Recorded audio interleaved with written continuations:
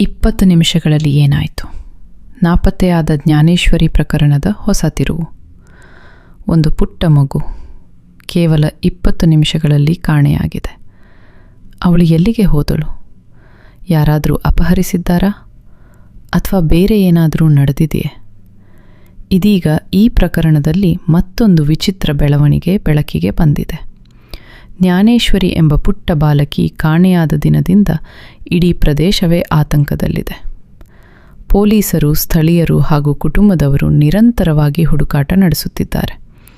ಆದರೆ ಇಷ್ಟೊಂದು ದಿನಗಳಾದರೂ ಬಾಲಕಿಯ ಯಾವುದೇ ಸುಳಿವು ಸಿಕ್ಕಿಲ್ಲ. ಈ ನಡುವೆ ಬಾಲಕಿ ಕೊನೆಯದಾಗಿ ಕಾಣಿಸಿಕೊಂಡಿದ್ದ ಪ್ರದೇಶದಲ್ಲಿ ಕೆಲವು ಬೊಮ್ಮೆಗಳನ್ನು ಕಟ್ಟಿರುವುದು ಹೊಸ ಚರ್ಚೆಗೆ ಕಾರಣವಾಗಿದೆ. ಈ ಬೊಮ್ಮೆಗಳನ್ನು ಯಾರು ಕಟ್ಟಿದ್ದಾರೆ? ಏಕೆ ಕಟ್ಟಿದ್ದಾರೆ? ಎಂಬ ಪ್ರಶ್ನೆಗಳು ಇದೀಗ ಎಲ್ಲರ ಮನಸ್ಸಿನಲ್ಲಿ ಮೂಡಿವೆ. ಕೆಲವರು ಹೇಳುವ ಪ್ರಕಾರ ಯಾವುದಾದರೂ ಪ್ರಾಣಿ ಅಥವಾ ಬೇರೆ ಯಾರಾದರೂ ಆ ಬೊಮ್ಮೆಯನ್ನು ನೋಡಿ ಬಾಲಕಿ ಎಂದು ಭಾವಿಸಿ ಹತ್ತಿರ ಬರಬಹುದು ಎಂಬ ಉದ್ದೇಶದಿಂದ ಇದನ್ನು ಮಾಡಿರಬಹುದು. ಆದರೆ ಇದರ ಹಿಂದೆ ನಿಜವಾದ ಕಾರಣವೇನು ಎಂಬುದು ಇನ್ನೂ ಸ್ಪಷ್ಟವಾಗಿಲ್ಲ.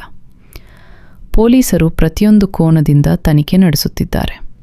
ಆ ಪ್ರದೇಶದ ಸುತ್ತಮುತ್ತ ಇರುವ ಮಾಹಿತಿಗಳನ್ನು ಸಂಗ್ರಹಿಸುತ್ತಿದ್ದಾರೆ. ಅನೇಕ ಅನುಮಾನಗಳು ಕೇಳಿಬರುತ್ತಿವೆ. ಒಂದು ವೇಳೆ ಕಾಡು ಪ್ರಾಣಿ ಕೊಂಡೊಯ್ದಿದ್ದರೆ ಅಥವಾ ಯಾರಾದರೂ ಅಪಹರಿಸಿದ್ದರೆ ಎಂಬ ಪ್ರಶ್ನೆಗಳು ಜನರಲ್ಲಿ ಮೂಡಿವೆ. ಆದರೆ ಇದುವರೆಗೆ ಯಾವುದಕ್ಕೂ ಖಚಿತ ಸಾಕ್ಷ್ಯ ದೊರೆತಿಲ್ಲ. ಈ ಘಟನೆಯಿಂದ ಬಾಲಕಿಯ ತಾಯಿ ಸಂಪೂರ್ಣವಾಗಿ ದುಃಖದಲ್ಲಿ ಮುಳುಗಿದ್ದಾರೆ. ಪ್ರತಿದಿನವೂ ತಮ್ಮ ಮಗಳು ಸುರಕ್ಷಿತವಾಗಿ ಮರಳಿ ಬರಲಿ ಎಂದು ಕಣ್ಣೀರಿನಿಂದ ಪ್ರಾರ್ಥಿಸುತ್ತಿದ್ದಾರೆ. ಇಡೀ ಪ್ರದೇಶವನ್ನು ಜಾಲಾಡಿದರೂ ತಮ್ಮ ಮಗಳ ಯಾವುದೇ ಸುಳಿವು ಸಿಗದಿರುವುದು ಕುಟುಂಬದ ನೋವನ್ನು ಮತ್ತಷ್ಟು ಹೆಚ್ಚಿಸಿದೆ.